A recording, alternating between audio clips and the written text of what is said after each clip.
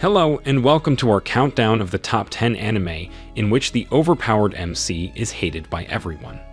Today we'll be diving into the world of anime, where powerful characters often face disdain and hatred from those around them. These anime shows feature protagonists who are incredibly strong, but their abilities often alienate them from their peers. From arrogant heroes to misunderstood anti-heroes, these shows are sure to keep you on the edge of your seat. In today's countdown, we'll be highlighting the most captivating anime shows that showcase overpowered characters who face adversity and disdain from those around them. So sit back, relax, and get ready to witness the power of the most despised protagonists in anime.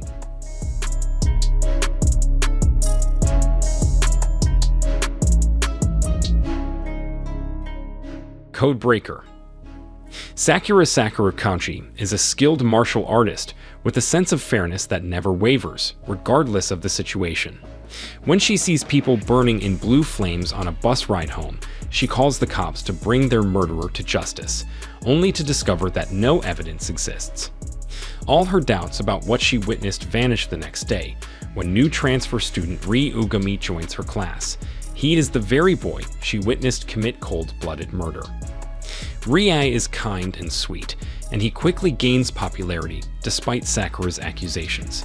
She soon discovers his true nature. He is a code breaker, or one who does not exist. To Sakura's surprise, Rie, armed with mysterious powers, seeks to exact justice on the basis of an eye for an eye. Sakura is determined to bring Rie back to the right path, and she stays close to him in the hopes of redeeming him before others are harmed. Kaze no Stigma. Kazuma Yagami possesses Fujutsu, the ability to manipulate the wind.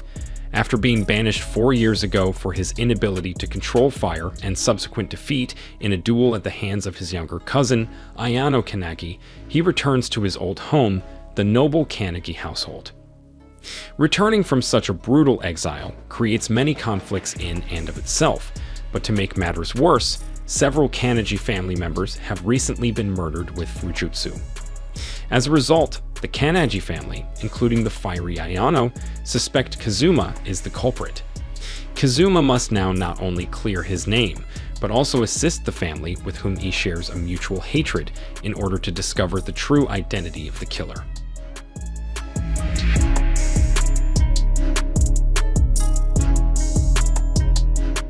Chrno Crusade.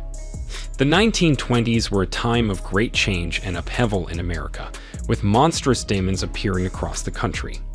The holy organization known as the Order of Magdalene was founded to combat this threat. The New York branch of the organization is home to the young and reckless sister Rosette Christopher, as well as her partner Chrno. Despite causing extensive collateral damage on their missions, the renowned team is excellent at exterminating demonic threats. However, Rosette and Chrno are both motivated by their dark pasts. Rosette hopes to find her missing brother Joshua, who was kidnapped by the Sinner and Demon Ion, with whom Chrno also has a bloody history. The two of them must fight off the growing demonic threat and find its source, all while continuing to investigate Joshua's disappearance. Dororo. Daigo Keijimitsu, the greedy samurai lordland, is dying, and he will do anything for power, even renounce Buta and make a pact with demons. His prayers are answered by 12 demons, who grant him the power he seeks by assisting the growth of his prefecture, but at a cost. When Keijimitsu's first son is born, he lacks limbs, a nose, eyes, ears, and even skin, yet he lives. This child is thrown into a river and forgotten. However, he is saved by a medicine man, who provides him with prosthetics and weapons, allowing him to survive and fend for himself.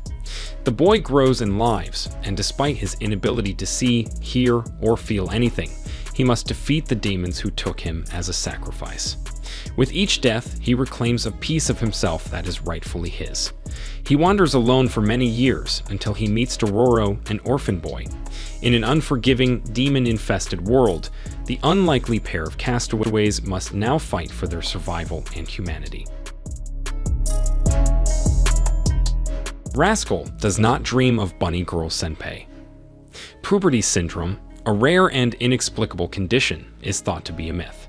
It's a rare disease that only affects teenagers, and its symptoms are so supernatural that no one believes it's a real thing. However, Sakuda Azuzagawa, a high school student, knows from personal experience that it is very real and is quite common in his school.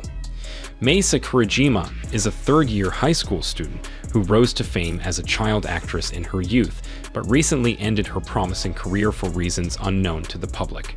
She is well known throughout the school, but no one dares to interact with her. That is, until Sakuda notices her wandering the library in a bunny girl costume. Despite her outfit, no one seems to notice her, and when he confronts her, he realizes she is another victim of puberty syndrome.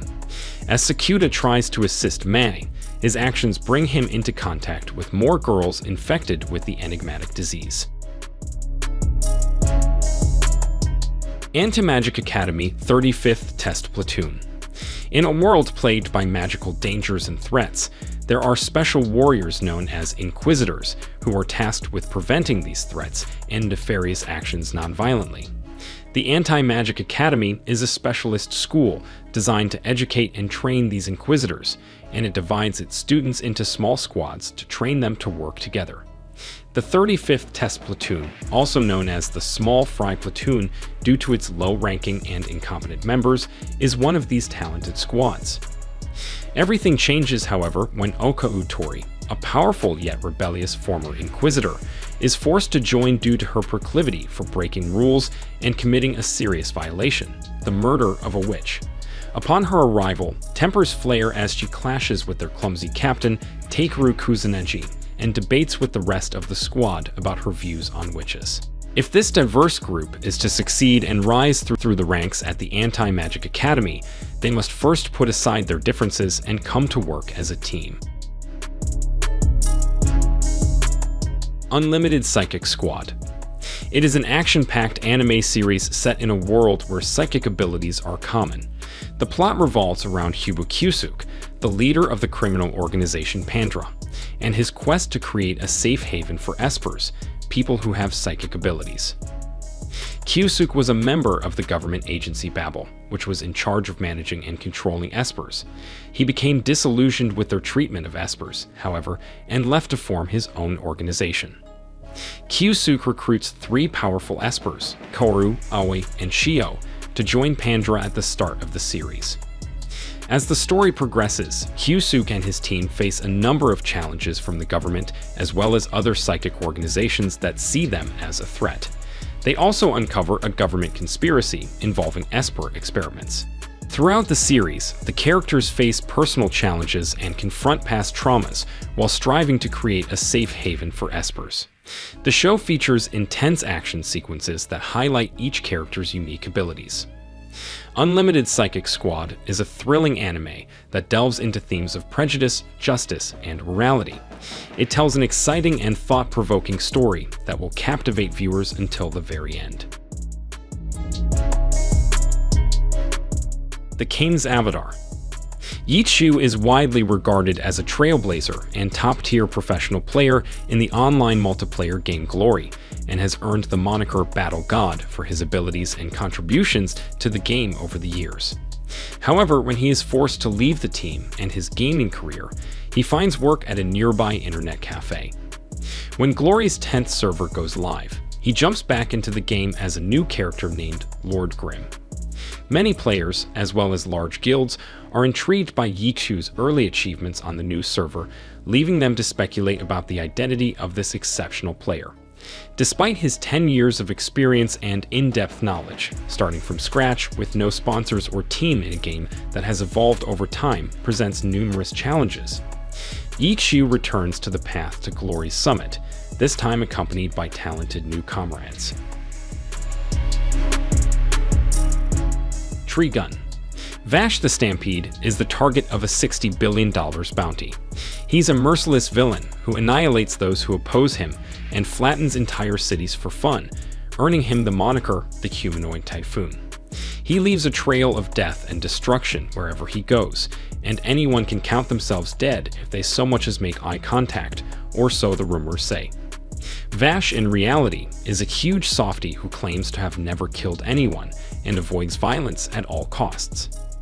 Vash traverses the wasteland of the planet Gunsmoke with his crazy donut obsession and buffoonish attitude in tow, all the while being followed by two insurance agents, Meryl Strife and Millie Thompson, who attempt to minimize his impact on the public. However, their misadventures quickly turn into life or death situations when a group of legendary assassins is summoned to cause the trio harm.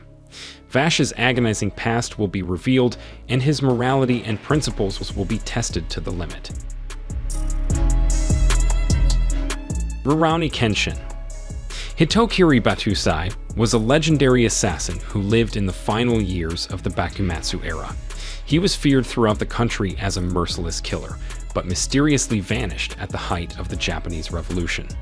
Although it has been 10 years since then, the mere mention of Batusai still strikes fear into the hearts of war veterans. Unbeknownst to them, Batusai has abandoned his blood-stained lifestyle in order to atone for his sins and is now known as Kenshin Himura, a wandering swordsman with a positive attitude and a strong will. Kenshin vows never to kill again and devotes himself to protecting the weak.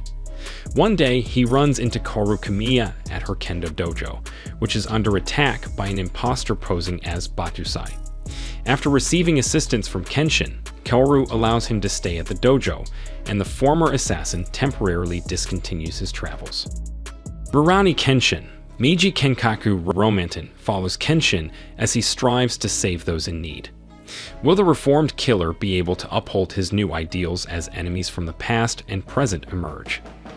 So these were the top 10 anime in which the overpowered MC is hated by everyone.